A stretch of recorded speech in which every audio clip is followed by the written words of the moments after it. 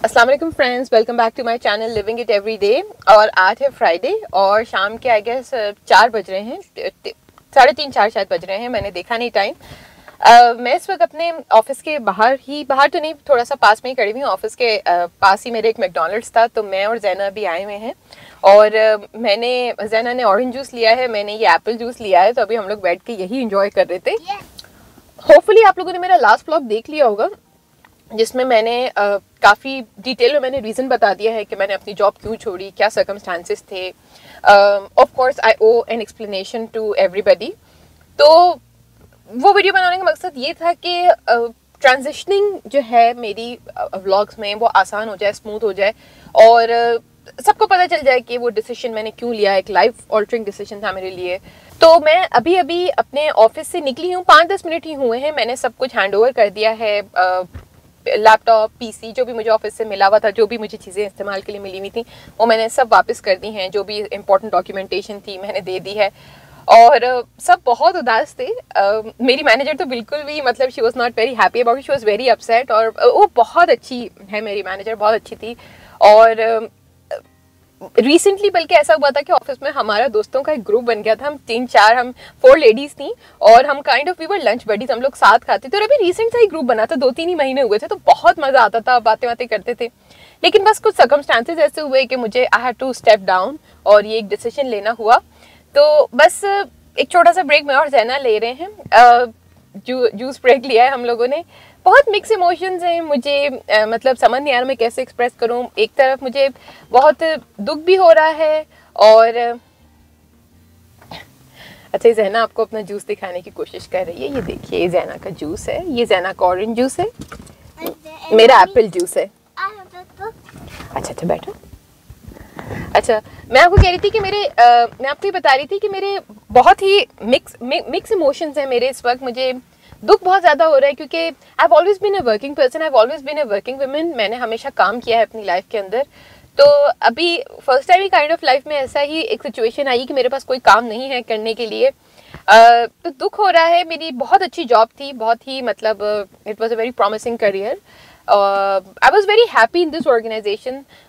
बहुत मैं, मतलब खुश थी, कोई ऐसी प्रॉब्लम नहीं थी, तकलीफ नहीं थी। मैनेजमेंट तो बहुत ही अच्छी थी। खुशी भी हो रही है कि अभी कोई ऐसी कमिटमेंट माइंड में, कोई ऐसी टेंशन है नहीं कि कुछ पूरा करना है, कि कोई कमिटमेंट है, कि कोई मंथ एंड क्लोजिंग्स वगैरह हैं। ये मैं आपको बताना भूल गई कि मेरे हस्बैंड की तबीयत अभी 1-2 दिन से ठीक नहीं है, वो बेड रेस्ट पर हैं। अब जो एक और चैलेंज है बहुत बड़ा, ये अभी मैं ये फ्रीडम और ये मैं एंजॉय नहीं कर पा रही हूँ, क्योंकि नहीं कर पाऊंगी अगले कुछ दिनों के लिए, क्योंकि आपको पता है कि हमारी शिफ्टिंग स्टार्ट होने वाली है। आपको पता है शिफ्टिंग एक बहुत मेजर एक डिसीजन होता है लाइफ का, स्पेशली कुछ लोगों के लिए। तो अभी मेरी बॉस को पता था, मेरी मैनेजर को पता था कि मैं यहाँ से शिफ्टिंग हमारी होने वाली है। हम अपने पुराने घर से, अभी जिस घर में एग्जिस्टिंग हम हैं, वहाँ से हम नए घर में मूव करेंगे। तो मैं उसको बता ही रही थी कि शायद मैं रास्ते से कार्टन्स वगैरह पिक करके जाऊँ, कुछ डब्बे वगैरह खरीदूँ ना। तो उन्होंने मुझे जो है वो कुछ ऑफिस के स्टोर रूम से जो कार्टन्स वगैरह होते हैं, जो बॉक्सेस होते हैं, जो बोले किसी काम के नहीं होते, वो फेंकने के ही होते हैं, तो उन्होंने मुझे वो ऑफर कर दिए। ये रहे बॉक्सेस, ये बॉक्सेस हैं, और ये क्या कहते हैं, कुछ सामान है, ये मैं वापस ले आई हूँ। ये हाँ, ये डोनट भी हैं इसमें। तो ये सामान ले आई हूँ जिसमें मेरी जानमाज वगैरह भी है, मेरी चादर है, वो सब मैं वापस लेकर आई हूँ। तो मेरे हस्बैंड ने कहा था कि वो मुझे बताएंगे मैसेज के ऊपर कि रास्ते से कार्टन्स खरीदने हैं नहीं खरीदने हैं। तो अभी मैं उनके मैसेज का ही वेट कर रही हूँ। रास्ते में कुछ 1-2 काम है, वो निपटा कर फिर मैं घर जाती हूँ। And see you.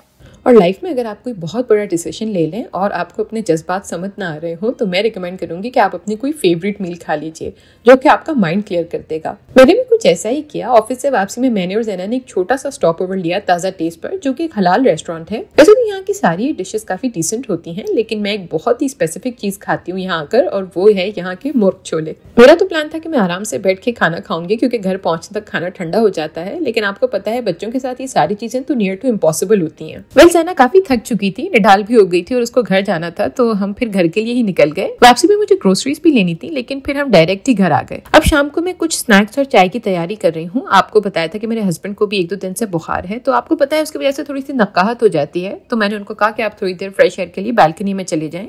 आज सुबह नाश्ते में आलू की सब्जी बनाई थी मैंने, अभी उसी को ही रख रही हूँ पैक करके। चाय का वो मना करने लगे, तो बस अपने लिए ही इवनिंग टी बनाऊंगी। डिशवॉशर में ऑफिस जाने से पहले ही ऑन करके गई थी, तो किचन वापसी में बिल्कुल साफ ही था। काफी सालों से मैंने शाम की चाय पीना छोड़ दी थी, लेकिन आजकल फिर से पीने लगी हूँ। हस्बैंड को डेली मैं आजकल कोई ना कोई फ्रूट काट के दे रही हूँ, लेकिन आज फ्रूट चाट सिंपल सी बना दूंगी क्योंकि डेली एक ही एक चीज खाने से दिल भी भर जाता है। एक टिप आपको यहाँ देती चलो कि कभी भी आप कोई फ्रूट या सब्जी काट रहे हो तो साइड में एक एक्स्ट्रा बोल कचरा जमा करने के लिए रख दें। इससे आपका ना सिर्फ काउंटर टॉप क्लीन रहेगा बल्कि सारा कचरा एक ही जगह जमा हो जाएगा, जिससे आप बाद में फौरन आसानी से डस्टबिन में फेंक सकते हैं। अच्छा, जब हम नए कनाडा मूव किए थे तो उससे एक ही महीने बाद रमजान स्टार्ट हो गए थे और आपको तो पता है fruit chaat is a must have iftar item in Ramzan. लेकिन मुझे यहाँ के फ्रूट्स बिल्कुल भी समझ नहीं आते थे और जो लोकल स्टोर्स पर फ्रूट्स मिलते हैं ना, उससे आप एक फैंसी सी फ्रूट सैलेड जरूर बना सकते हैं, लेकिन पाकिस्तानी स्टाइल की चाट तो बिल्कुल ही इम्पॉसिबल थी। लेकिन अब थैंकफुली मुझे समझ आ गया है काफ़ी कुछ, तो अब मैं आराम से बना लेती हूँ चाट वगैरह। कीवी एक लेटेस्ट एडिशन है मेरी चाट में, आप ज़रूर ट्राई करें।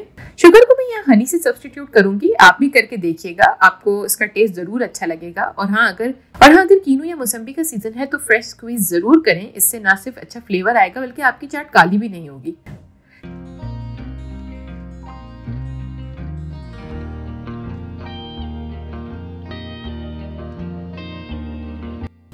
यहाँ तो वैसे काफी सारे फ्रूट सारा साल ही मिल जाते हैं और ग्रेप्स मुझे बिल्कुल आखिरी में याद आए।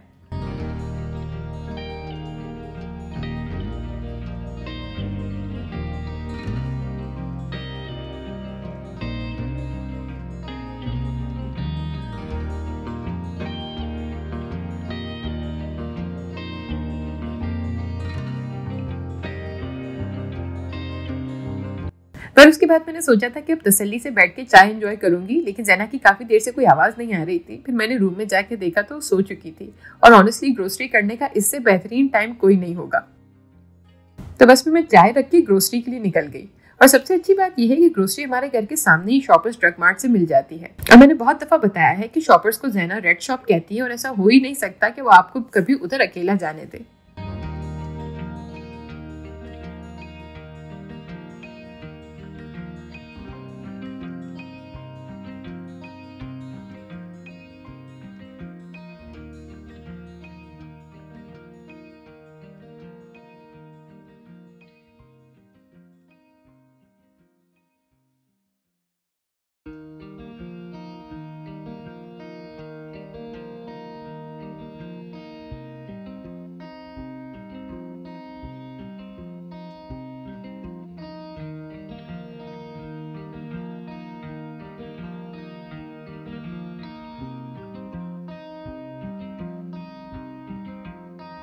और हाँ, उसके बाद मैं बराबर वाले फार्मर्स मार्केट आलू लेने चली गई। पिछली दफ़ा मैं पता नहीं कौन से वाले आलू ले आई थी जो बिल्कुल भी टेस्टी नहीं थे, इसलिए अब की बार ये पाकिस्तानी येलो कलर वाले ही आलू लूंगी जो थोड़े महंगे मिलते हैं। लाइक ये छोटी सी जो शॉपर आप देख रहे हैं मुझे $5 की मिली, जबकि दूसरे आलू इन्हीं पैसों में आपको बहुत ज़्यादा मिल सकते हैं।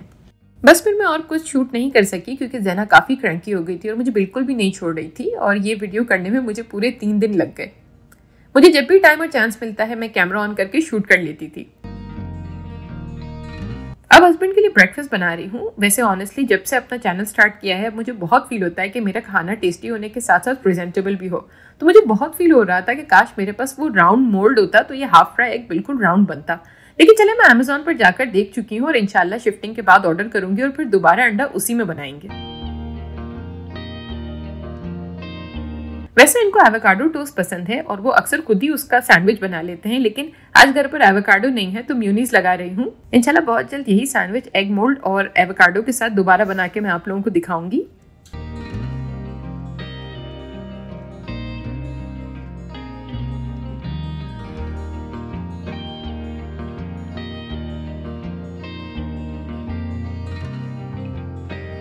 और फाइनली संडे वाले दिन हस्बैंड की और ज़ैना की तबीयत ठीक हुई तो सोचा आज कुछ अच्छा सा डिनर में पका लेती हूँ। और आज मैं बना रही हूँ मज़ेदार से चिकन पराठा रोल। इसके लिए सबसे पहले मैं यहाँ पर एक ख़ास चटनी बनाऊंगी जो मैंने अनम से सीखी है। यहाँ पर मैंने फ्रेश इमली का पल्प लिया है और उसमें हस्बे जायका कुछ मसाले डालूंगी जिसमें होगा धनिया पाउडर, ज़ीरा पाउडर, चाट मसाला, कुटी लाल मिर्च और मैं यूज़ करूंगी थोड़ी सी ब्राउन शुगर, जिसकी जगह आप वाइट शुगर भी यूज़ कर सकते हैं, लेकिन मुझे अपनी चटनियों में सिर्फ ब्राउन शुगर या गुड़ ही अच्छा लगता है। आप जरूर ट्राई करके देखिएगा, आपको उसके टेस्ट में काफी डिफरेंस फील होगा। अब अपनी चटनी को इतना पकाना है कि वो गाढ़ी होकर एक सॉस जैसी कंसिस्टेंसी उसकी बन जाए।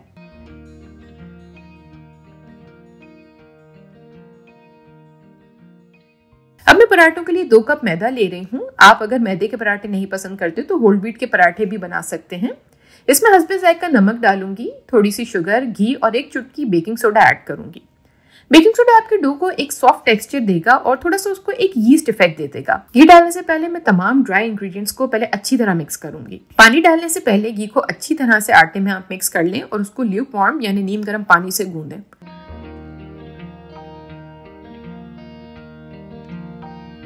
ये देखिए आटा कितना अच्छा और सॉफ्ट गूंज चुका है। जितनी अच्छी आपकी नीडिंग होती है उतना ही अच्छे आपके पराठे बनेंगे।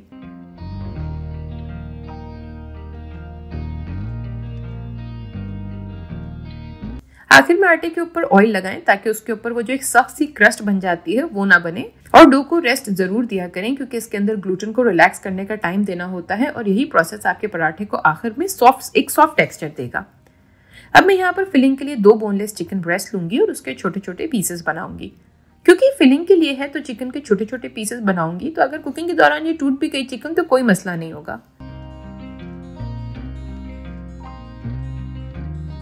चिकन को यहाँ पर मैं ढक के बस हल्की आंच पर गलने तक पकाऊंगी। चिकन मेरी रेडी हो चुकी है। यहाँ पर मैंने फ्लेम हाई करके पानी सारा खुश्क कर लिया है। इस स्टेज पर आप चाहें तो चिकन में मसाले या सॉसेस मिला सकते हैं, लेकिन मैं स्टिर फ्राई करके करूंगी क्योंकि इससे चिकन में ना सिर्फ एक अच्छा फ्लेवर आएगा बल्कि एक अच्छा कलर भी आ जाएगा। अब मैं 2 टेबलस्पून ऑलिव ऑयल लूंगी और उसको अच्छी तरह गर्म होने दूंगी। अच्छा, ये रेसिपी एक देसी और चाइनीज रेसिपी का फ्यूजन ही कह लें। अब इसमें थोड़ा सा फ्रेशली चॉप गार्लिक डाल के फ्राई करें जब तक ये लाइट ब्राउन हो जाए। आप चाहें तो इस रेसिपी को एक कंप्लीट देसी टच दे सकते हैं और यहाँ पर कुछ मसाले जैसे टिक्का या तंदूरी मसाला या फिर लाल मिर्च पाउडर ऐड कर सकते हैं, लेकिन मैं इस रेसिपी को थोड़ा सा चाइनीज स्टाइल में बनाऊंगी तो यहाँ पर मैं सिर्फ और सिर्फ सॉसेज यूज करूंगी। और मैं डालूंगी हस्बे जायका नमक, कुटी हुई फ्रेश काली मिर्च, सोया सॉस और चिली सॉस, और ये सारे इंग्रेडिएंट्स मैं बस अंदाजे और टेस्ट के हिसाब से ही डालूंगी।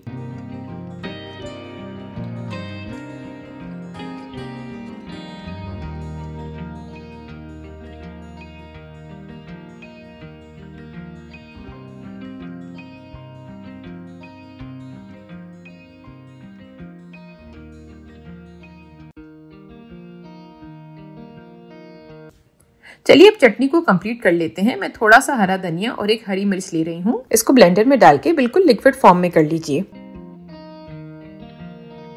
अब मैं ले रही हूँ 2 टेबलस्पून योगर्ट।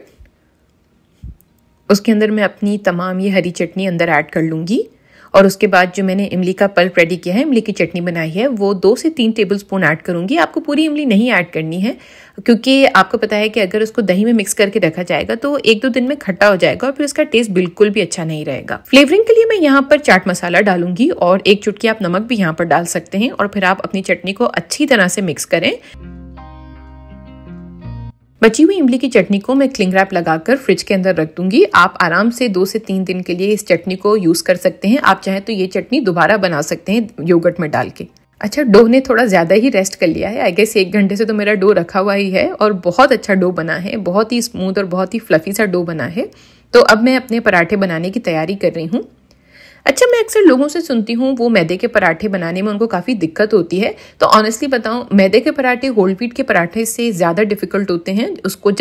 उसको बेलना वाकई थोड़ा सा डिफिकल्ट ही होता है। तो मैं 1-2 रिकमेंडेशंस यहाँ पे ज़रूर दूंगी। एक रिकमेंडेशन ये है कि आप बस इतना ही आटा गूंदें जितने आपको पराठे बनाने हैं, एक्स्ट्रा नहीं गूंदें, ताकि आपको उसको फ्रिज में ना रखना हो और बस आप फ्रेश आटे से ही पराठे बना लें, क्योंकि फ्रेश आटे के पराठे बनाना काफ़ी ईजी होता है। सेकेंडली, अगर फॉर सम रीजन आपको फ्रिज के अंदर वो रखना पड़ भी गया तो आप उसको फ्रिज से निकाल के पहले आधे पौने घंटे के लिए रूम टेम्परेचर पर आने दें और उसके बाद बेलना स्टार्ट करें। फिर भी आई वुड से कि थोड़ा सा डिफिकल्ट ही लगेगा आपको बेलना, तो आप उसको ड्राई आटे के बजाय ऑयल से बेलने की ट्राई करें तो वो आसानी से बिल जाएगा। तो सबसे पहला पराठा मैं अपने हस्बैंड के लिए बना रही हूँ। अच्छा, ये मैं बता दूं कि मेरे हस्बैंड को पराठा क्रिस्पी अच्छा लगता है, like not actually crispy, like really crispy. उनको मुझसे कहते हैं कि बस मुझे बहुत क्रिस्पी सा पराठा बना के दिया करो। तो उनके जो पराठे हैं ना, वो थोड़े देर तक एक्स्ट्रा फ्राइंग होती है उसकी। ये देखें कितना अच्छा मजेदार सॉफ्ट और क्रिस्पी सा पराठा बिल्कुल रेडी है।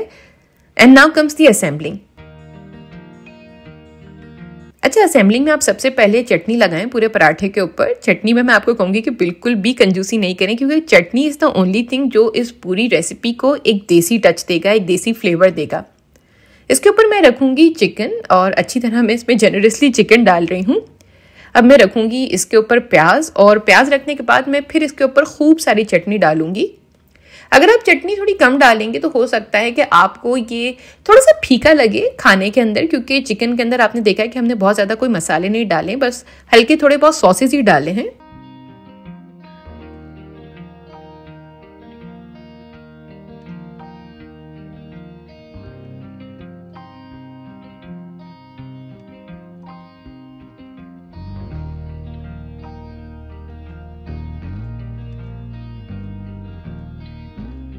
और मैंने आपसे कहा था कि मेरे हस्बैंड को क्रिस्पी पराठे अच्छे लगते हैं, तो मैं कितना भी क्रिस्पी करके दे दूं तो वो कहते हैं उसको थोड़ा सा और क्रिस्पी करके दो। तो ये दूसरा वाला पराठा है जो मैं उसको असेंबल करने के बाद और तवे के ऊपर क्रिस्पी कर रही हूँ। तो आज के लिए बस इतना ही था फ्रेंड्स। मेरे पराठे रोल बहुत अच्छे बने थे। उम्मीद है आपको मेरी रेसिपी, मेरा व्लॉग अच्छा लगा होगा।